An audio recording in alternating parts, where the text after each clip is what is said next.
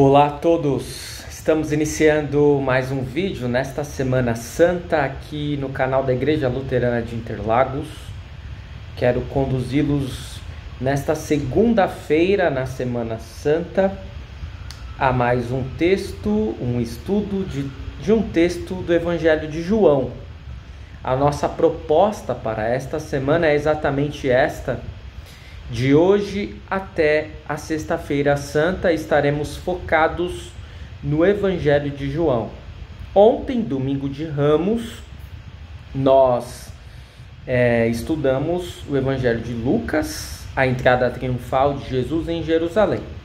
E hoje, nesta segunda-feira, na Semana Santa, vamos pegar um relato que ocorre um pouco antes da entrada de Jesus em Jerusalém, que fala a respeito da unção de Jesus em Betânia.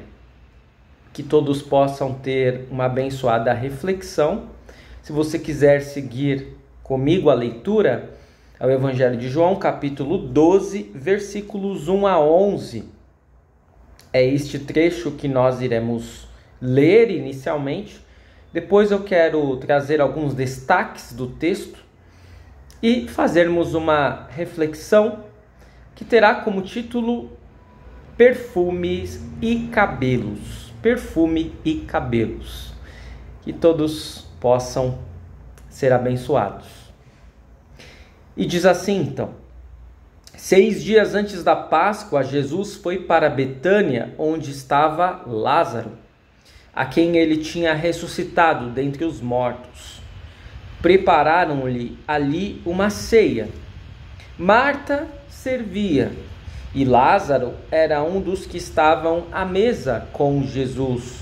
Então Maria, pegando um frasco de perfume de nardo puro, muito precioso, ungiu os pés de Jesus e os enxugou com seus cabelos. E toda a casa se encheu com o cheiro do perfume.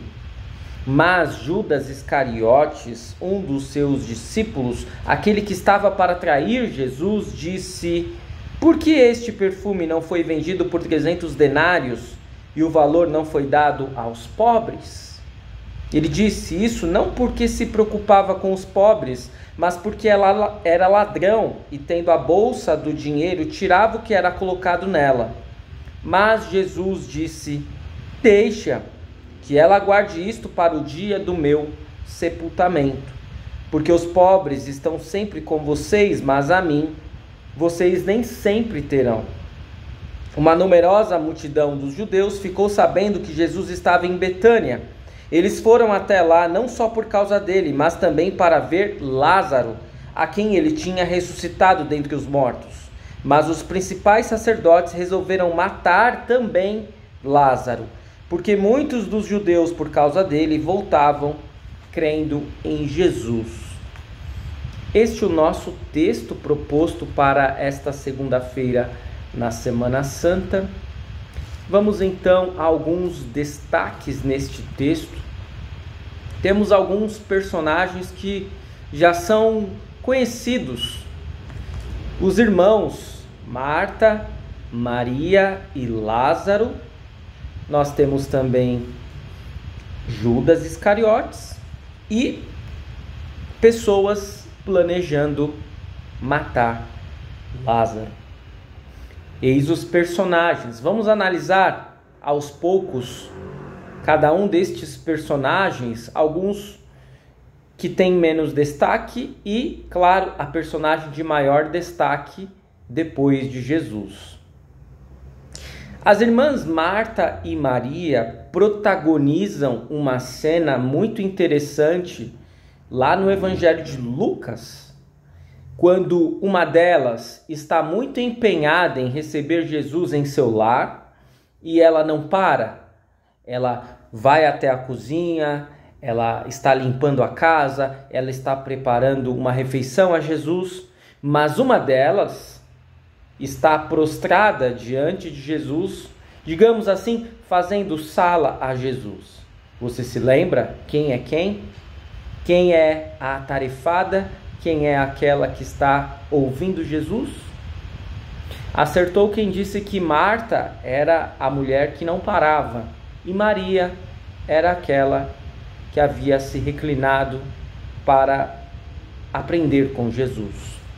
Lázaro, o irmão delas, é o famoso Lázaro, que foi ressuscitado por Jesus. Inclusive, as duas também terão um comportamento semelhante. Antes de Jesus ressuscitar Lázaro, ambas vão perguntar a Jesus: por que o Senhor não veio logo? Por que o Senhor demorou tanto?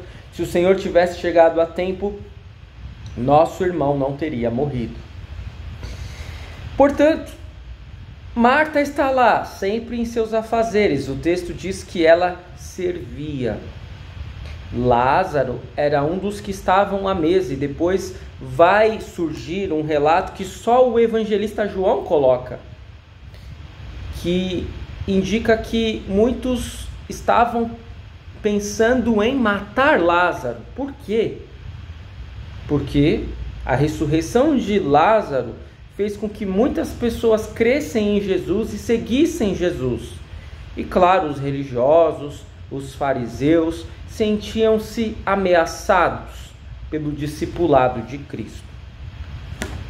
Feitas essas indicações, antes de falarmos de Maria e antes de falarmos de Judas e de Jesus, obviamente, é importante situarmos toda essa cena. O texto diz que tudo isso ocorre 6 dias antes da Páscoa, quando Jesus está num vilarejo de uma cidadezinha chamada Betânia. Betânia possivelmente era o local de morada dos irmãos Maria, Marta e Lázaro.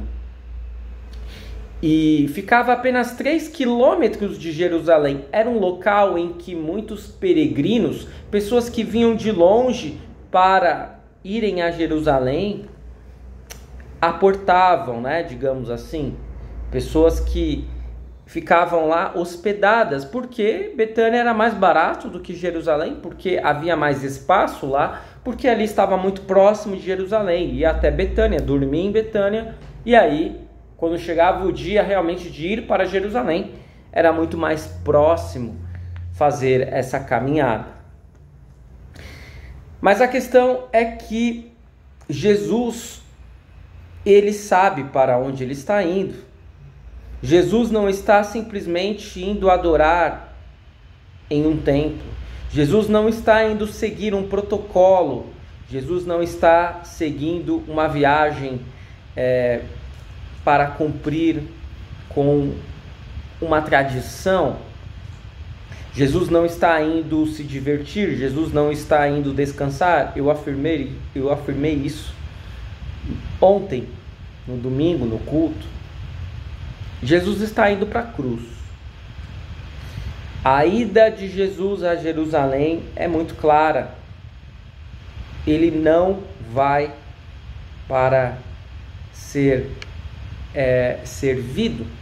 Jesus vai para servir. E nós sabemos de que modo isso ocorrerá. Mas Maria, uma mulher que muitas vezes naquele contexto nem sequer poderia falar com um homem, uma mulher que não poderia tocar um homem e que já havia se comportado de modo diferente ao se prostrar diante de Jesus e ficar ouvindo ele. Ela pega um frasco de perfume de nardo puro. E esse perfume era um perfume extremamente valioso. Nardo era uma planta encontrada apenas no norte da Índia. E eles não estavam na Índia, eles estavam muito distantes de lá. E diz o texto que não era um simples nardo, mas era um nardo puro. A gente às vezes pensa, só existe falsificação no nosso mundo, no nosso tempo. Não, sempre houve misturas não aprovadas. Havia sim perfumes de todo tipo, mas nem todos eram puros, nem todos eram autênticos. Mas esse era. E diz o texto, muito precioso. Era comum que quando um hóspede chegava a uma casa, ele fosse bem recebido e até mesmo tivesse um pouco de perfume colocado em sua cabeça, ele seria ungido. Mas aqui começa a ter vários destaques que nos chamam a atenção e que vão chamar a atenção de todos que estão no recinto, porque Maria, uma mulher, vai pegar um frasco de um perfume extremamente valioso e caro. Aliás, depois, quando Judas vai questionar, ele vai dizer 300 denários. 300 denários, um denário era o equivalente a um dia de trabalho de um empregado. Então 300 denários seria o equivalente a um ano de trabalho. Então, se formos calcular mais ou menos o salário mínimo, 1.000 e poucos reais, né? Se nós fôssemos fazer essa comparação ao nosso tempo, ao nosso país, seria um perfume de mais ou menos por volta de 15 mil reais. Uma mulher pega um perfume de um valor altíssimo e ela, ao invés de colocar na cabeça de Jesus, coloca nos pés de Jesus. E é interessante como, ao longo dos relatos dos evangelhos, muitas coisas ocorrem aos pés de Jesus. Muitas pessoas se prostram aos pés de Jesus, pedindo por cura, querendo ouvi-lo.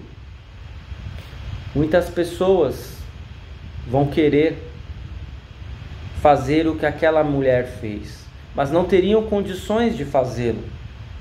Ela, que tinha um perfume tão caro e que possivelmente estava aguardando para uma ocasião especial, encontrou esta ocasião. E como se não bastasse tudo isso, uma mulher que não poderia tocar um homem, pegou os seus cabelos e enxugou os pés de Jesus. E foi tanto perfume, mas tanto perfume, que diz o texto que o perfume exalou por todo o ambiente, empesteou o ambiente. Seguramente você já teve tal sensação de estar em um cômodo, em um quarto, em uma sala extremamente perfumado.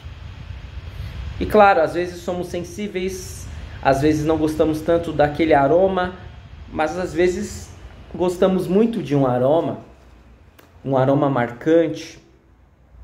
Toda a casa se encheu com o cheiro do perfume. E logo depois de lermos esta frase, aparece a figura antagônica a Maria neste relato, que é ninguém mais, ninguém menos do que Judas Iscariotes.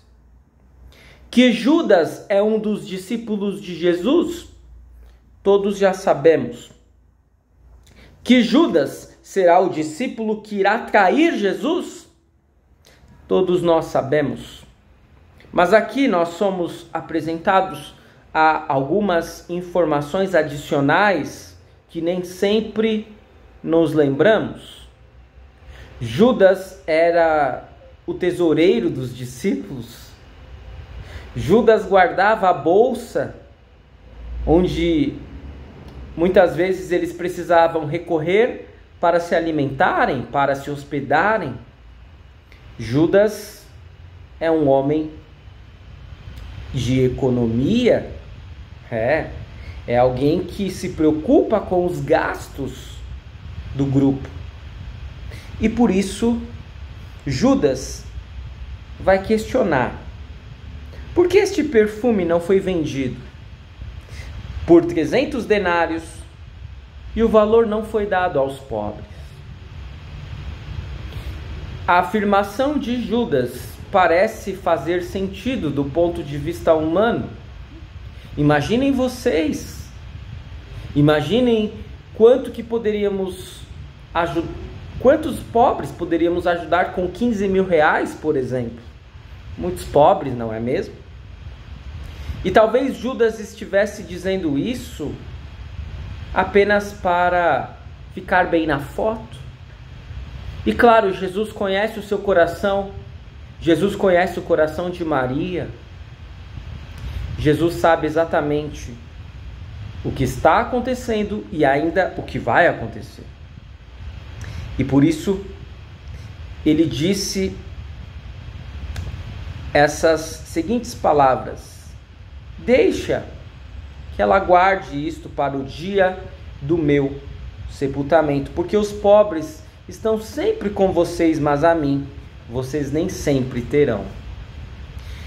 E pode nos dar uma impressão assim que Jesus está sendo tanto quanto indelicado ou insensível aos pobres.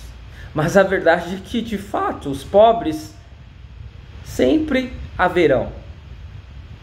Nunca houve tempo na história deste mundo em que eles não existiram. E sim, eles precisam ser ajudados, mas aquela circunstância, aquele momento, não era de ficar segurando o dinheiro, de ficar economizando o perfume.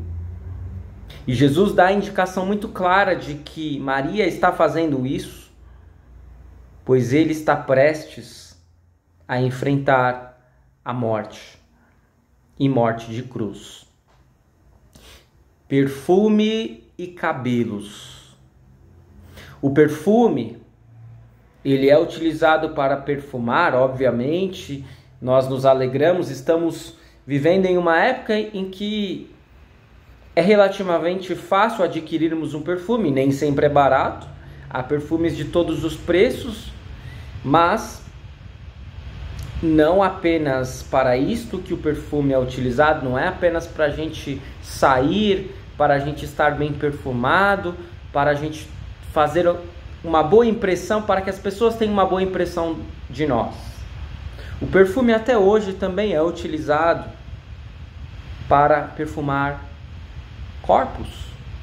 Pessoas que morreram precisam ser preparadas para um sepultamento, e o perfume naquele período tinha uma conotação não apenas, digamos assim, higiênica, digamos assim, de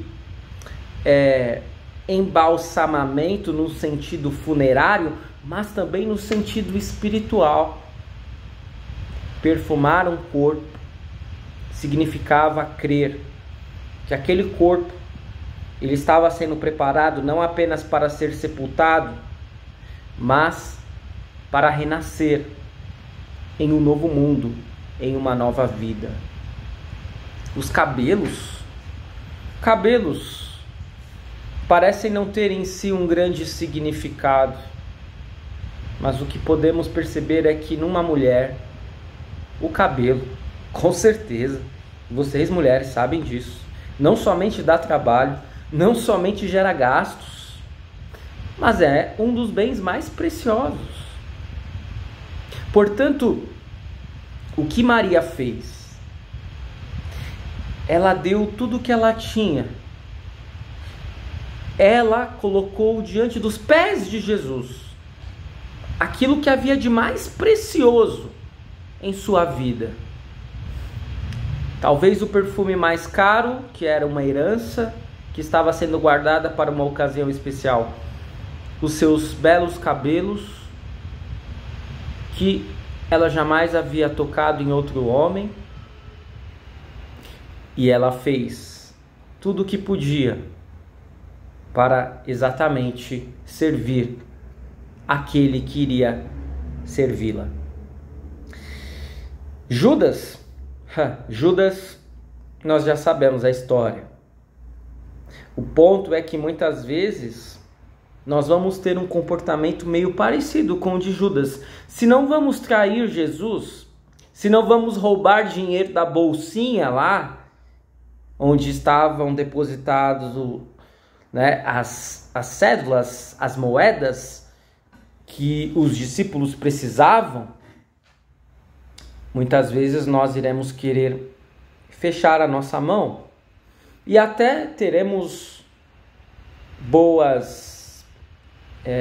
uma boa ideia, no sentido de termos uma boa intenção, né? Não, vou guardar aqui porque pode ser que eu precise, pode ser que outras pessoas precisem. E quando na realidade nós somos chamados a consagrar a nossa vida e tudo o que somos e temos ao nosso Rei, aquele que vem para morrer em seu lugar e em meu lugar. A atitude de Jesus neste texto revela proteção para o gesto maravilhoso, delicado e um gesto generoso que Maria teve para com ele. E a atitude de Jesus também é de combate à hipocrisia de Judas Iscariotes. E muitas vezes os pobres, eles são massa de manobra. Muitas vezes os pobres estão nos discursos de muitos que dizem: precisamos ajudar os pobres, mas não ajudam. E nós, diante deste relato, diante de tudo o que nós vimos aqui, iremos adorar o Rei com tudo o que somos e temos? Ou iremos focar nas coisas deste mundo e iremos querer preservar aquilo que um dia irá perecer? A tônica deste relato é que não adianta nós querermos guardar, nós querermos preservar coisas valiosas deste mundo. Em algum dia elas irão acabar. Pode ser o perfume mais valioso, pode ser o bem mais precioso, irá acabar. Mas se nós colocarmos tudo que somos e temos diante de Deus e consagrarmos a Ele, pode ter certeza, entre aspas, é o investimento mais acertado possível, porque nós estamos diante de algo que é eterno, que não perece, que não acaba. E assim que Deus possa nos abençoar a prosseguirmos nesta semana, sendo abençoados pela palavra de Deus. Eu te convido para continuarmos nestas reflexões e amanhã teremos mais uma reflexão a respeito da Semana Santa e mais um texto de João. Mas antes vamos concluir com uma oração. Querido Deus, estamos iniciando mais uma semana, mas não qualquer semana. Hoje, segunda-feira, é segunda-feira na Semana Santa. Queremos que o Senhor nos abençoe, Senhor, no trabalho, nos estudos, em nossos afazeres domésticos. Ajude-nos, Senhor, também em nossos deslocamentos. Abençoe todos os que trabalham em casa ou fora.